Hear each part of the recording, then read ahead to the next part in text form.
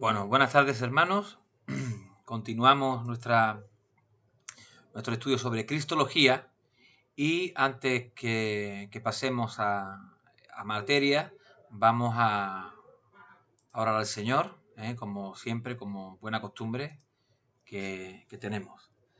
Señor, te damos gracias, Padre, en esta tarde, por lo bueno que tú eres, Señor, y queremos pedirte, Dios mío, que tú nos des entendimiento, que tú nos des sabiduría, Padre Santo, para poder digerir lo que tú quieres para nosotros en esta tarde. Bendice a mis hermanos, bendice a sus familias, sus trabajos, Señor, sus vidas, en el nombre de Jesús. Amén. Amén. Mi hermano, repasando un poquito lo que dimos la semana pasada, hablamos prácticamente sobre los nombres de Cristo y la historia de la cristología. Dijimos que la cristología, lógicamente, sigue a la teología y a la antropología. En la creación, Dios estableció su relación con el hombre y el hombre rompió su comunión con Dios. Y la pregunta, por tanto, es cómo se puede restaurar esa relación, y la respuesta es Cristo. Así que es el tema de la cristología. Cristo Jesús. Sobre todo, y más concretamente, el lema de la iglesia primitiva, cuando hablaba de que Cristo es el Kyrios, el Señor y el Salvador. ¿Vale? No solamente el Mesías, el ungido de Dios, sino también Dios mismo. Y esa es la proclamación del Evangelio, el cual anuncia a Jesús en Hechos de los Apóstoles y también en los Evangelios, en la Gran Comisión, cuando le indica a su pequeño grupo de seguidores que vayan por todo el mundo y proclamen. ¿Qué proclaman? El Evangelio. ¿Cuál es el Evangelio? Que Cristo es el Señor, que ha vencido la muerte y ahora podemos tener una nueva vida en Él y una oportunidad nueva para estar en relación perfecta con el Señor. Y repasamos algunos nombres de Cristo. El primero dijimos que era un nombre común y corriente, que es Jesús, aunque con un indicativo ya, una referencia a su papel como Salvador divino. Jesús significa Salvador. También hablamos del nombre de Cristo, que es un nombre oficial, designándolo el escogido de Dios para cumplir todas las promesas de Dios. Es decir, Cristo, el título Cristo, es el título que en el Antiguo Testamento se refiere al Mesías. También un nombre favorito prácticamente de Jesús, que se designó muchísimas veces él mismo y que da como un trasfondo misterioso que aparece en Daniel capítulo 7, versículo 13 al 14, como hijo de hombre. Y también hijo de Dios, que es un nombre con un amplio rango de significados, ya lo dijimos, desde un seguidor de Jesús, de Dios, perdón, como podemos ser tú y yo, somos hijos de Dios, hasta también puede designar la segunda persona de la Trinidad, en este caso Cristo, Jesús, Jesucristo. Y por último hablamos también del nombre Señor, que también tiene un amplio rango de significados. Hablamos de tres concretamente. Uno puede ser el tipo cortés, como un tipo de educación, Señor, al maestro, al profesor, al funcionario, a todas las personas que merecen respeto. También, indudablemente, a las personas que poseen algo, señor de una cosa, de una propiedad, un amo, y también de una manera imperial, el señor. El señor es el jefe supremo, como así lo tenía el Imperio Romano establecido con el César. El César Kyrios, el César señor, que estaba por encima de todos los señores. Y ese significado amplio, aunque a Jesús lo llama muchas veces Señor de forma de respeto, también Señor como amo, como Salvador de nuestras vidas, también la palabra de Dios en el Nuevo Testamento va a referirse a Jesús como Señor de señores. Concretamente en Efesios hay una parte, en los primeros capítulos, donde dice que Él es el superior a todo nombre que se nombra, no solamente en ese siglo, sino en los siglos siguientes, es decir, no hay otro nombre más grande que el de Cristo Jesús. Y por supuesto también se aplica a la divinidad de Jesús en relación con la palabra en hebreo Yahvé, o el nombre Yahvé, que se designaba Yahvé el Señor. Entonces Jesús aparece en el Nuevo Testamento como Jesús el Señor, refiriéndose positivamente al mismo título que recibe Yahvé en el Antiguo Testamento. Y hablamos también de que la cristología primitiva, si nosotros tenemos ahora una cristología moderna, podemos hablar de la primera cristología y nos basamos también en el discurso de Pedro o la primera predicación cristiana evangélica que se hizo en Jerusalén y que está involucrado el núcleo de la predicación de Pedro es a Jesús como Señor y Salvador. Y la cristología primitiva no tenía problemas en identificar a este Jesús de Nazaret como Cristo, como Jesús, como Hijo de Dios y como Señor y como Salvador Soter, ¿no? Dijimos que lo hacían en un pequeño esquema que nosotros llamamos icus, que es el pescadito este famoso que vemos nosotros como símbolo de la cristiandad. Y hablamos un poquito de la historia de la cristología y volvemos a repetir, enfatizamos, subrayamos que en general la iglesia primitiva, la que estaba muy cercana a los apóstoles, muy cercana a nuestro Señor Jesucristo, creía en la realidad de la humanidad y de la deidad de Cristo sin sentir que tenían que dar mucha explicación o dar mucha definición. Plinio el Menor, un escritor romano, narra, como comentamos la semana pasada, escribe algo sobre los cristianos diciendo que ellos tenían el hábito de reunirse en un día fijo antes de que hubiera luz. Imaginamos esa madrugada, ¿verdad? Esperando o celebrando la resurrección de Cristo Jesús, cuando cantaban un himno a Cristo, pero aquí está lo importante, como Dios, como Dios. Y es curioso porque los romanos nos trataban a los cristianos en aquel tiempo como ateos y como paganos. Nosotros ahora le decimos al mundo que el mundo es ateo, pero porque no creen en Dios, en Cristo, pero antiguamente los cristianos eran los ateos porque no creían en los dioses romanos, en los dioses griegos, y solamente creían en el Dios creador, todopoderoso, invisible, y por tanto, pues para el imperio romano, todo cristiano era un pagano, un ateo. El apóstol Juan, dijimos que aunque la iglesia primitiva tenía una claridad en esta realidad de la humanidad y deidad de Jesús, el apóstol Juan, por ejemplo, tuvo que enfrentar algunas herejías como el docetismo. El docetismo es como ver a Jesús, pero en forma como un fantasma, ¿no? Que no es real.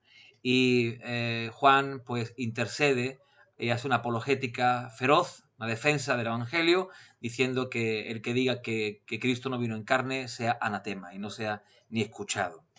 Y luego, a partir de que mueren los apóstoles del Señor Jesús y también aquellos discípulos que fueron enseñados por los apóstoles, comienzan a aparecer algunas formas de entender o dar explicación a cosas que ya en el mundo no judío, sino en el mundo más pagano, en el mundo, si podemos decir, el mundo más eh, eh, alejado de la teoría del judaísmo, sin comprender realmente ese trasfondo judío que es muy importante para comprender la figura de Jesús, el Mesías, pues comienzan a haber especulaciones sobre la figura de Jesús.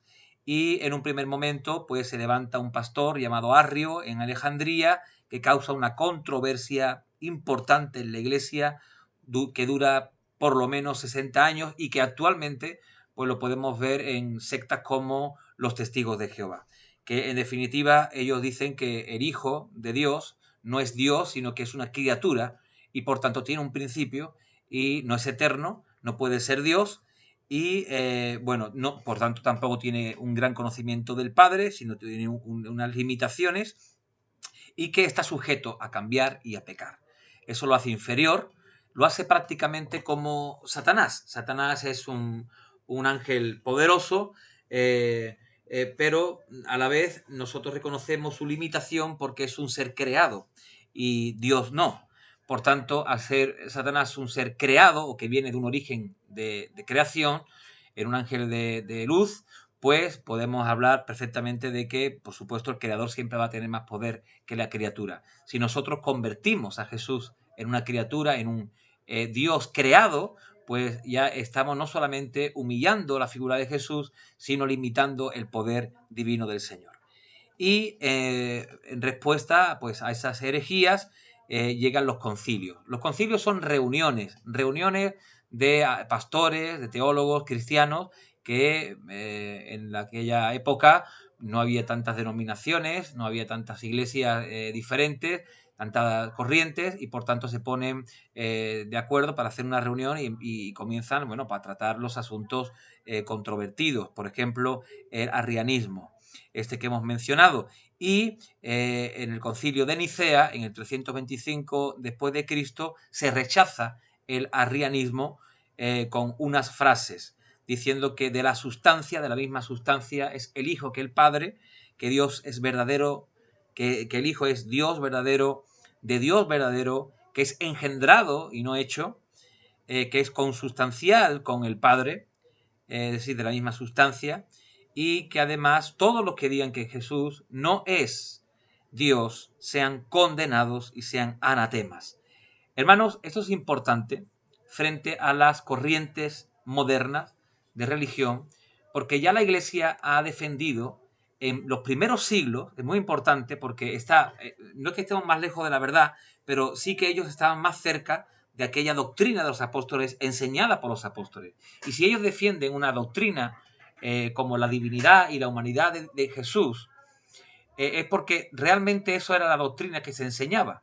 Ahora, que los testigos de Jehová ahora, los mormones, digan lo que quieran decir, es su problema. Pero que realmente la iglesia primitiva, el origen, no se especulaba ese tipo de controversia, sino que se defendía la divinidad de Jesús, se defendía la humanidad de Jesús y, además, se expulsaba de la iglesia a aquellos que dudaban o enseñaban sobre la no divinidad de Jesús como Dios.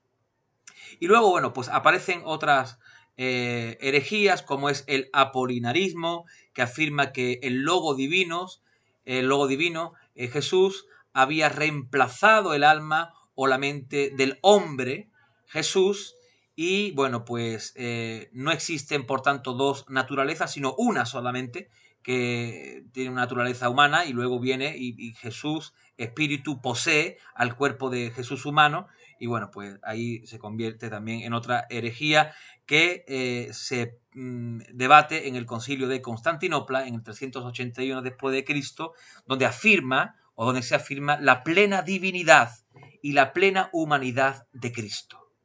Es decir, Cristo es tanto 100% humano como 100% Dios. Luego, un tal Nestorio y sus seguidores creen que Cristo es plenamente divino y plenamente humano, pero que son dos personas unidas en una voluntad. Es decir, dos personas unidas en una sola voluntad. Se tienen que unir, se tienen que poner de acuerdo para llegar a esa unidad. Y en respuesta a esa herejía se levanta o se realiza el concilio de Éfeso en el 431 después de Cristo, donde se afirma que Cristo realmente son dos naturalezas, divina y humana, y además también una sola persona. No hay un esfuerzo o no hay realmente como diría Nestorio, una fuerza de dos voluntades que se tienen que unir de alguna manera, sino que efectivamente existen dos naturalezas, una sola persona y que es Jesús el Señor. Y finalmente el eutiquianismo afirma que Cristo tenía dos naturalezas antes de la encarnación, antes de ser encarnado, pero la divina absorbe a la humana. Y en respuesta se levanta el concilio de Calcedonia declarando que Cristo es una persona con dos naturalezas. Y de ahí la palabra homousios. Homousios con Dios y con la humanidad. Es decir, sin confusión, sin cambio, sin división y sin separación. Y esto es ya palabras mayores. Si el humano normal, el científico normal, tú, yo, no podemos entender esta forma de naturaleza porque no la tenemos nosotros. Sin embargo, Jesús la tenía. Y bueno, pues es decir, decir que hay dos naturalezas unidas, pero donde no hay confusión y que no hay cambio, es decir, una no está por encima de la otra, ni una por encima de la otra, y que además no se mezclan de alguna manera que aparezca algo difuso, sino que están bien establecidas, pero sin separación. Hermano, esto es algo que no podemos llegar a entender. Pero a veces la fe tiene que rendirse a la explicación de Dios. Es decir, no podemos cuestionar todo lo que Dios dice porque nosotros no lo entendamos. Es decir, nadie de nosotros, nadie que esté más o menos cuerdo como somos nosotros, le preguntaríamos si un caracol pudiera hablar, le preguntaríamos, nadie de nosotros le preguntaría a un caracol, y oye, ¿y tú por qué no tiene pelo? ¿Verdad? ¿Por qué no le preguntaríamos eso? Sencillamente porque sabemos, de cajón, como se dice vulgarmente, que los caracoles no tienen pelo, tienen otra naturaleza. Por tanto, la naturaleza de Dios es diferente a la nuestra. En primer lugar, Dios, no Jesús, Dios no es una persona, es un ser, es espíritu. Luego, evidentemente, es en tres personas, Padre, Hijo y Espíritu Santo, y por tanto, ahí hay también, pues llegando, por ejemplo, igualmente, mormones, testigos de Jehová, etcétera, no llegan a ese entendimiento de cómo Dios se puede manifestar en tres personas y a la vez ser el mismo Dios, pero sin que el Padre sea el Espíritu Santo, sin que el Hijo sea el Padre, y etcétera, etcétera, ¿no? Pero hablamos de que eso para nosotros, los humanos, hermanos, es trascendental, es decir, no llegamos a entenderlo porque nosotros, como seres humanos, no tenemos la capacidad de llegar a entender eso. Por eso la Escritura nos habla muchas veces de que cuando nosotros estemos delante de la presencia de Dios, cuando nosotros estemos ya con un cuerpo glorificado, conoceremos como fuimos conocidos. Nuestros ojos se revelarán y nuestro entendimiento llegará a entender esas maravillas de Dios, esas maravillas que hoy por hoy no podemos entender. Y no sé si tú, por ejemplo, en alguna ocasión has hablado con alguna persona de alguna secta, por ejemplo, un mormón o un testigo de Jehová, que cuestiona, por ejemplo, la omnipotencia de Dios. Y te voy a poner un ejemplo, porque la lógica para debatir este tipo de cuestiones a veces pues es la que hay. No podemos nosotros, como hemos dicho, tener una explicación más allá de lo que nosotros podemos entender. Y es posible que te hayan dicho que omnipotente significa que todo lo puede. Ahora, todo lo puede en nuestro entendimiento humano, en tu entendimiento, en mi entendimiento. ¿Qué significa? Pues ustedes dirán, bueno, José Luis, pues que todo lo puede, que todo lo puede hacer.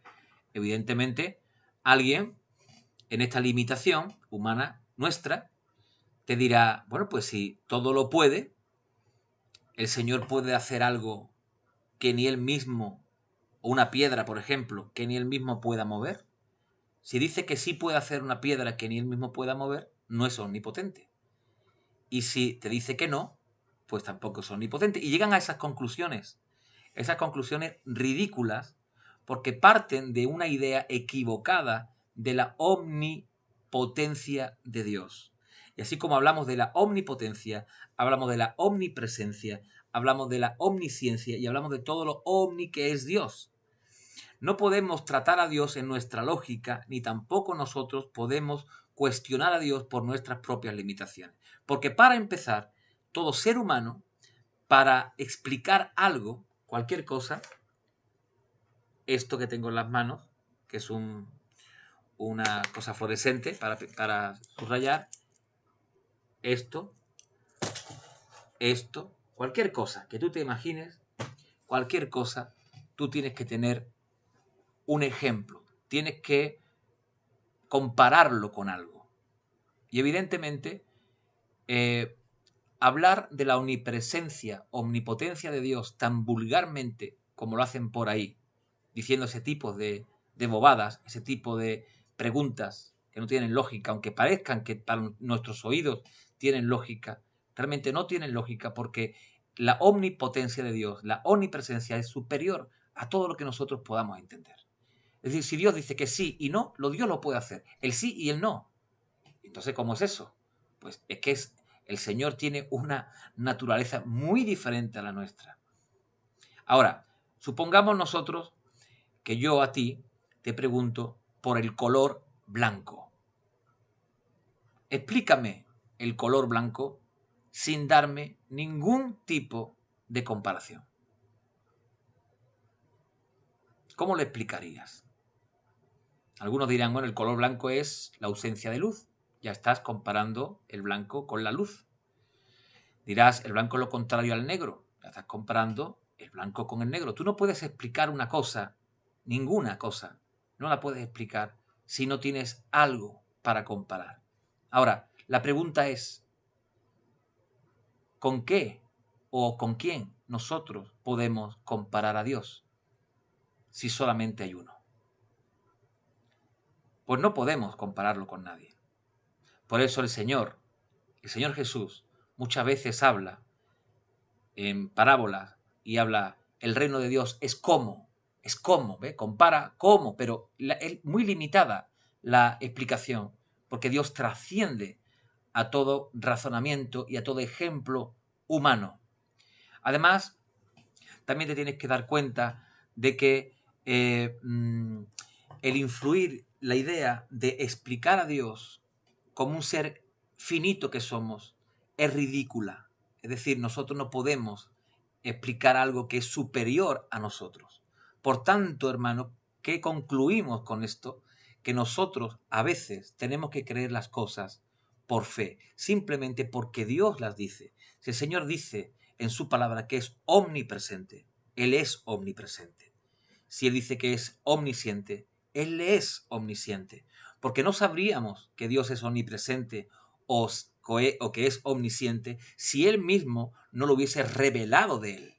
Porque aquí, en nuestro mundo, no hay nada ni nadie que sea omnipotente y omnisciente para que nosotros podamos darnos una idea de qué significa eso.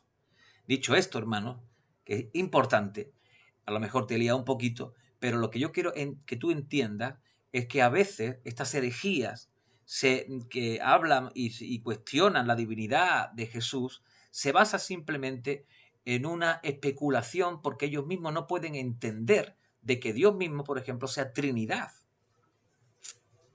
Que Jesús sea Dios y hombre a la vez. Y que no deje de ser Dios. Y que tampoco deje de ser hombre. Y por eso comienzan a razonar humanamente donde llegan a la confusión. Y la confusión lleva a la herejía. Es decir, a algo contrario a una enseñanza, a una idea contraria a lo que se ha enseñado en la doctrina durante años, durante siglos.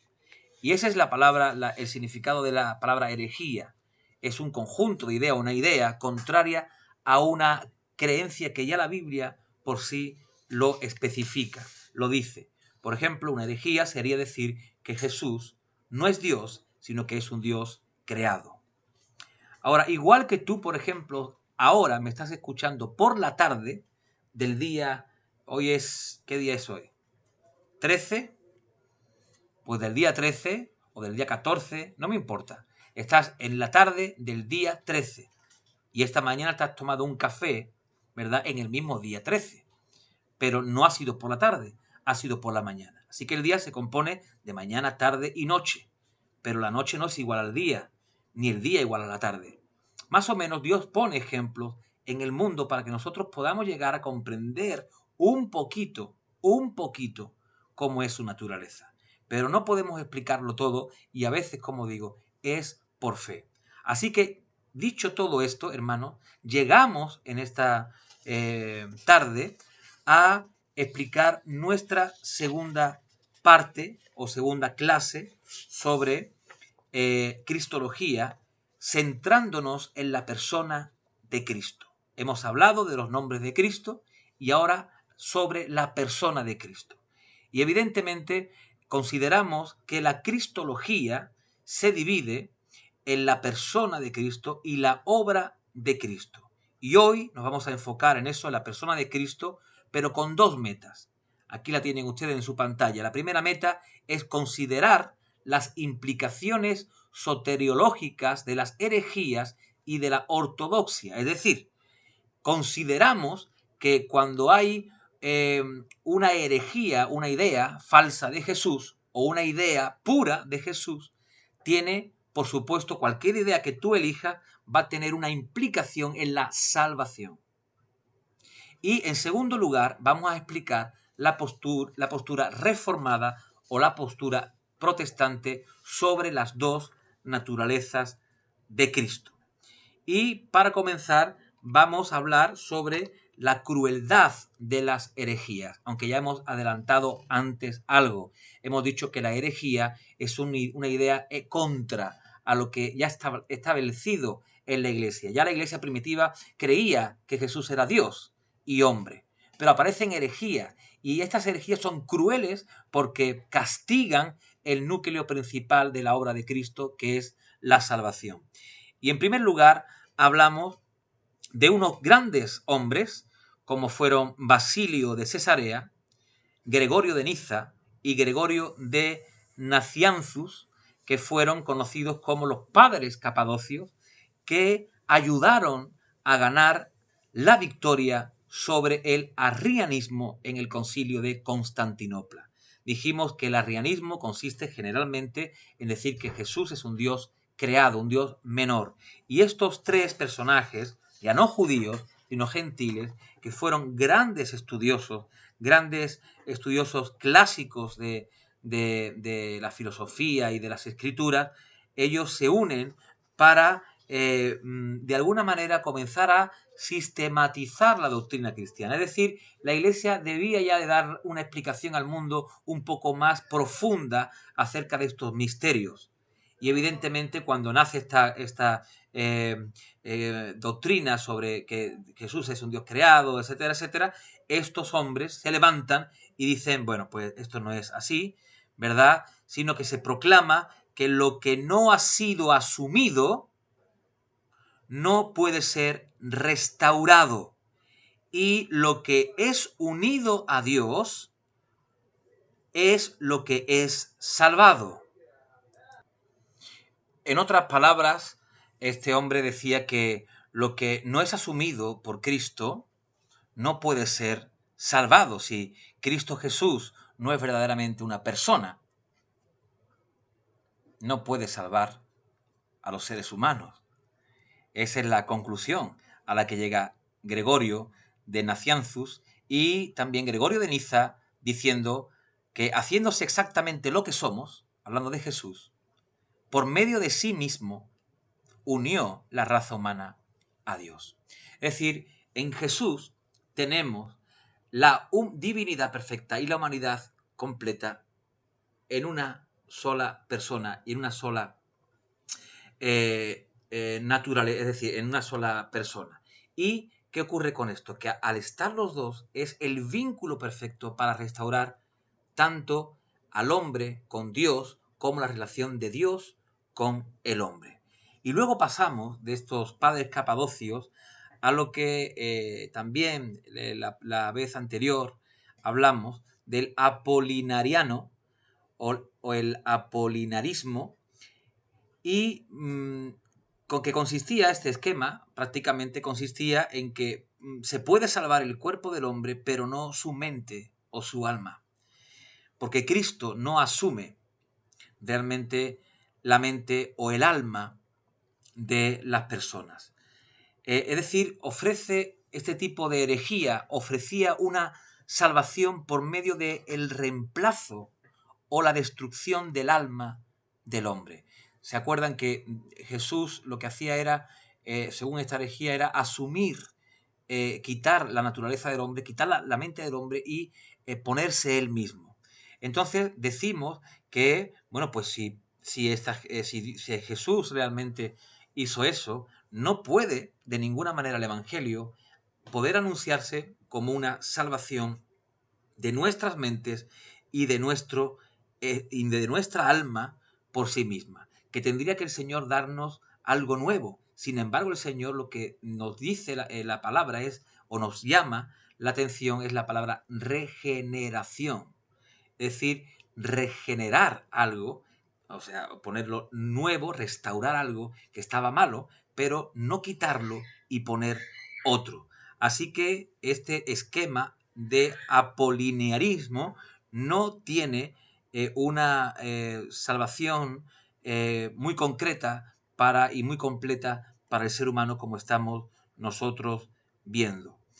Y algunas sectas, por ejemplo, que asumen alguna parte de esta doctrina de salvación, requieren, y por eso ustedes verán que las filosofías orientales a veces toman parte de este esquema, diciendo que apaguemos la mente para ser salvos. Es decir, tendremos que reprimir nuestra mente para ser salvos. Olvidarnos, es decir, casi, bueno, pues ser robot o olvidarnos de todo. Y luego tenemos y pasamos al sistema nestoriano.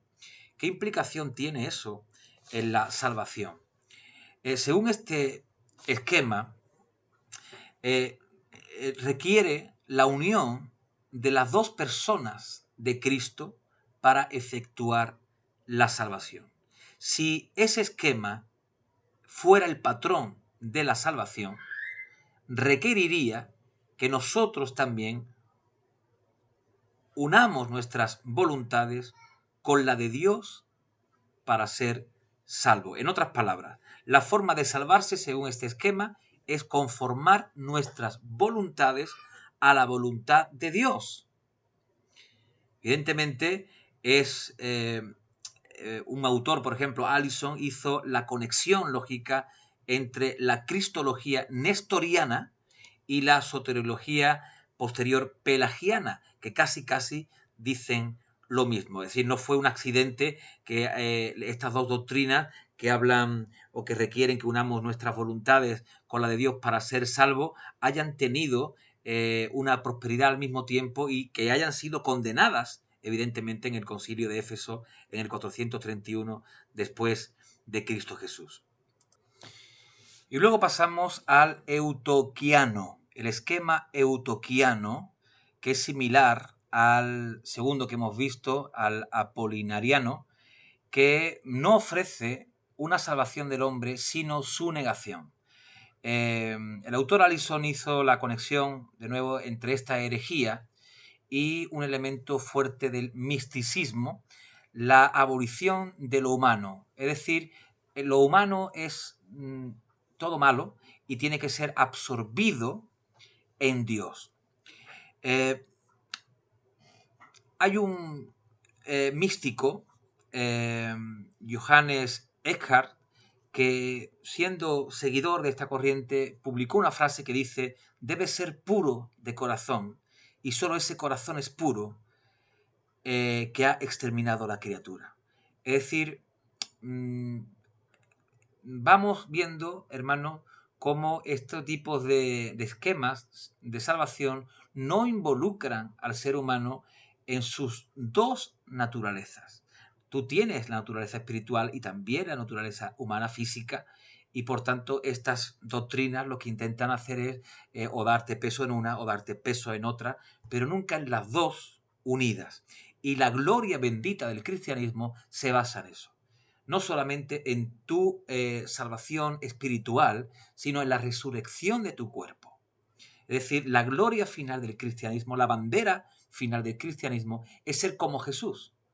Y como Jesús es ser un ser humano restaurado, resucitado entre los muertos, con un cuerpo glorificado por toda la eternidad. Y estas gentes pues hablan de eso, de reprimir a lo humano o de reprimir lo espiritual, etcétera, etcétera, porque no pueden concebir estas dos naturalezas en una sin división y sin problema, como lo hacía la iglesia primitiva. Y finalmente llegamos, es un problema grande, porque según lo que entendamos nosotros, y además a veces se ve eso en la iglesia cristiana, ¿no? Donde se le da más peso a lo espiritual que a lo físico, o también a lo físico más que a lo espiritual en otros sitios, ¿no? No, pues hay una unidad que tenemos que saber que todo lo que sea espiritual va a repercutir en lo físico y todo lo que sea físico va a repercutir realmente en lo espiritual. Y también hablamos de la creación misma, ¿no? Cuando nosotros hablamos de la creación, el cristiano tiene que concebir la creación, es decir, la tierra, las aves, los animales, los árboles, todo eso como creación buena de Dios. Hay una corriente muy popular en el cristianismo que habla de que, bueno, pues la tierra va a ser destruida completamente y, bueno, si tú tienes esa idea, seguramente pues tú no te preocupes por la tierra actual. Total, va a ser destruida. Dios va a hacer otra. Sin embargo, Apocalipsis habla claramente de que Dios va a destruir a los que destruyen la tierra. Es decir, lo que Dios ha creado es bueno y lo que Dios va a exterminar es el pecado. Lo sucio que el hombre ha puesto o ha implantado en esa obra bondadosa de Dios y buena del Señor. Entonces, no podemos hablar nosotros de dos situaciones distintas. Es decir, el Señor requiere que tú defiendas su creación. El Señor requiere que tú defiendas tu cuerpo.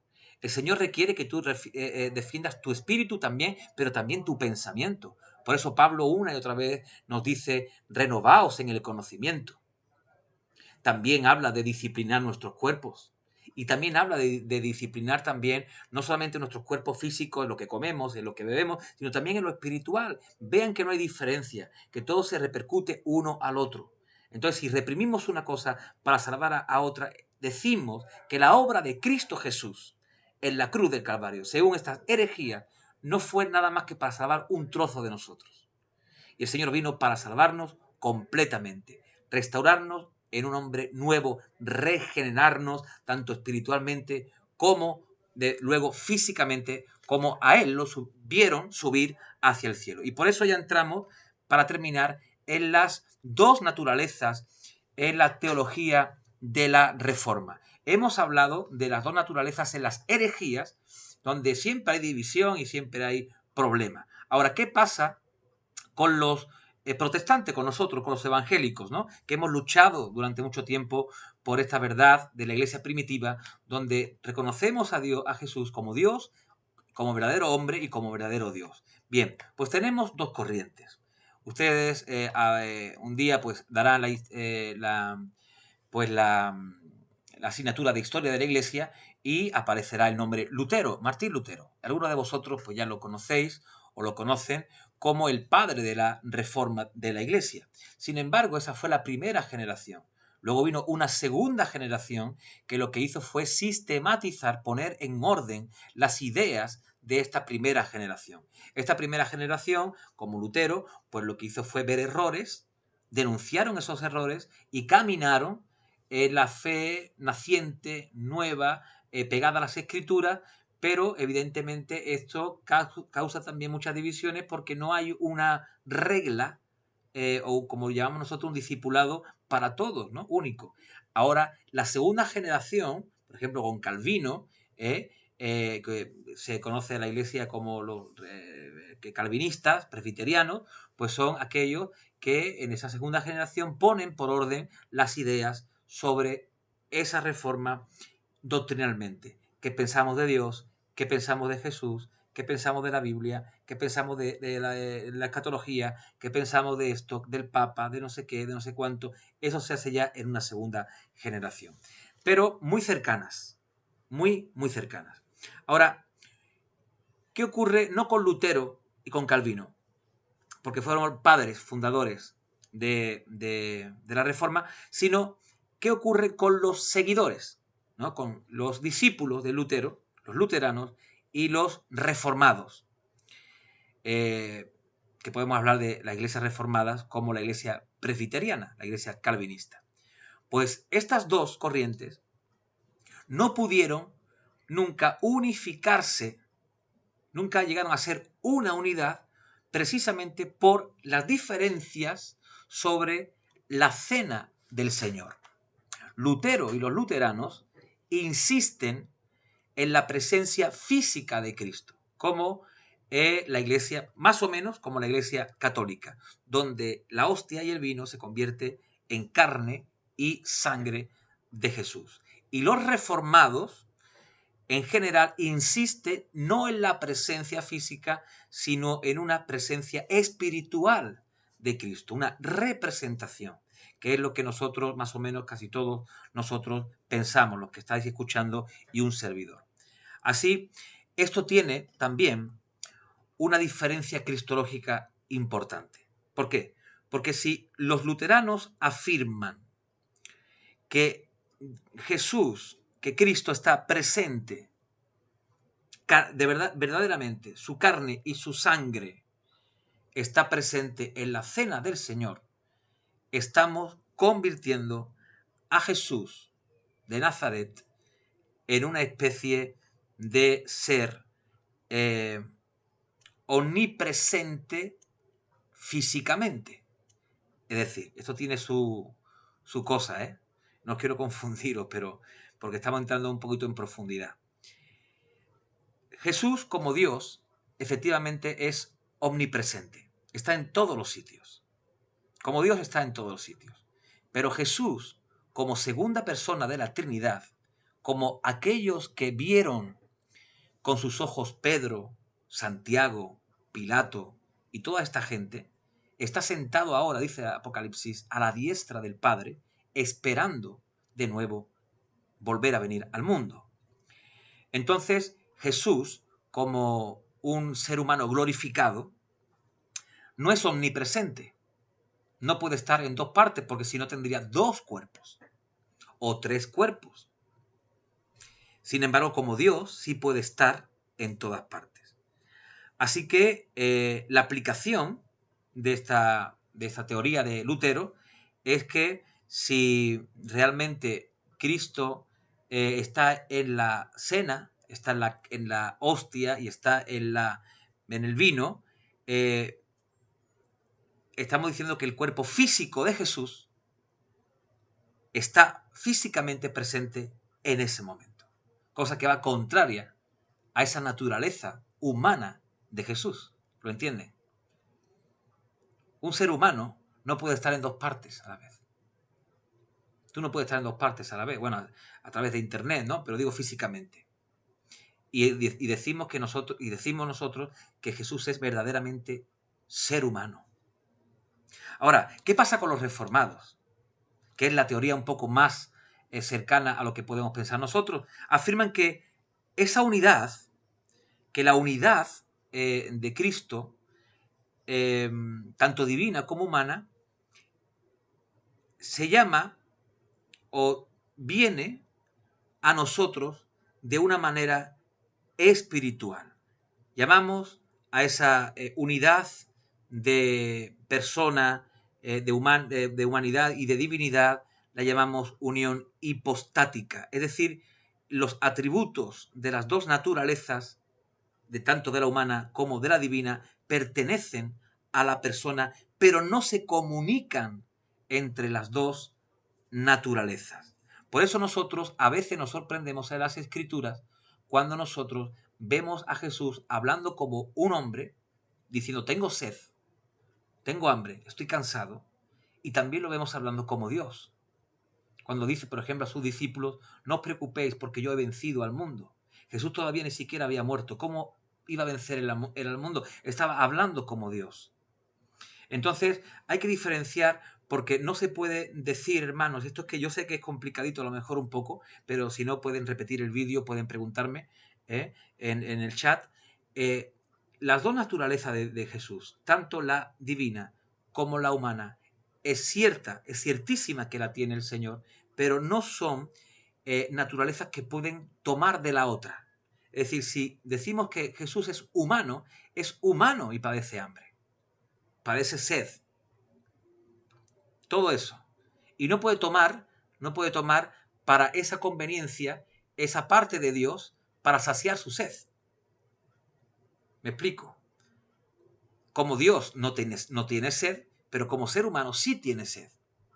Son lo que hablamos de esa llamada unión hipostática, donde los atributos de las dos naturalezas pertenecen a la persona, pero no se comunican entre las dos naturalezas. Y en este sentido, podemos afirmar que esta comunicación que hablan los luteranos, que una comunicación idiomatum, es decir, donde las dos naturalezas se pueden comunicar y pueden tomar cuando le convenga de la otra un poquito, y por eso Jesús humano puede ser omnipresente, y a lo mejor el Jesús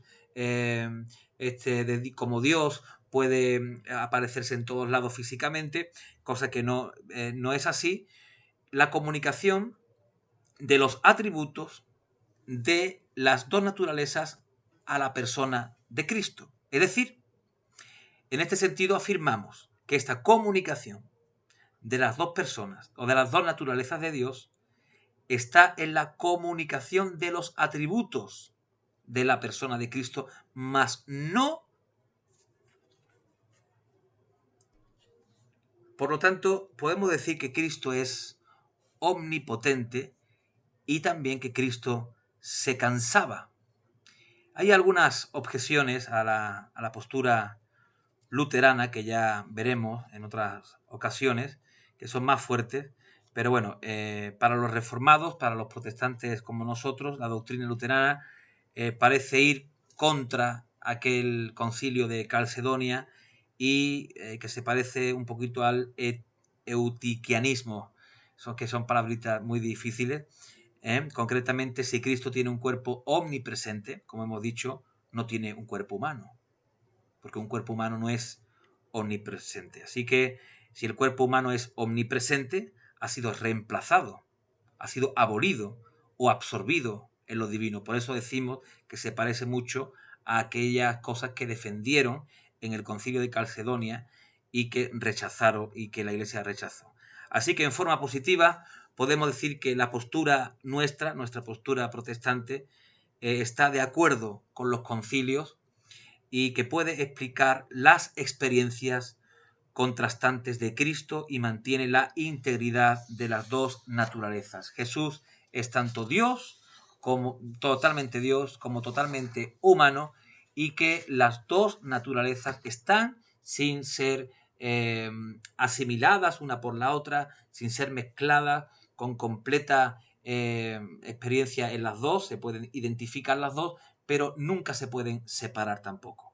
Así que bueno, pues le animo a que eh, aunque haya sido esto un poquito hoy un poco más difícil, quizá no, espero que no, pero que lleguemos al entendimiento que uno, el Señor, la naturaleza de Dios, el significado de Dios, lo grande de Dios, a veces no, nos lleva a lugares donde nosotros no podemos nada más que creerlo por fe. Y en segundo lugar, darle el honor al Señor Jesús de que se ha venido como hombre, ha padecido como hombre, como ser humano, ha padecido como ser humano, siendo también Dios, y también se fue con un cuerpo glorificado, humano como el que vamos a tener nosotros, que lo vamos a poder ver su rostro, vamos a poder tocarlo, vamos a poder hablar con él, y evidentemente no es un fantasma, no es un espectro, y es en esa parte, él como segunda persona de la Trinidad, él se somete también a su propia condición. Hermano, que Dios os bendiga y nos vemos la semana que viene si Dios quiere. Un abrazo y mucho ánimo en el Señor y muchas bendiciones.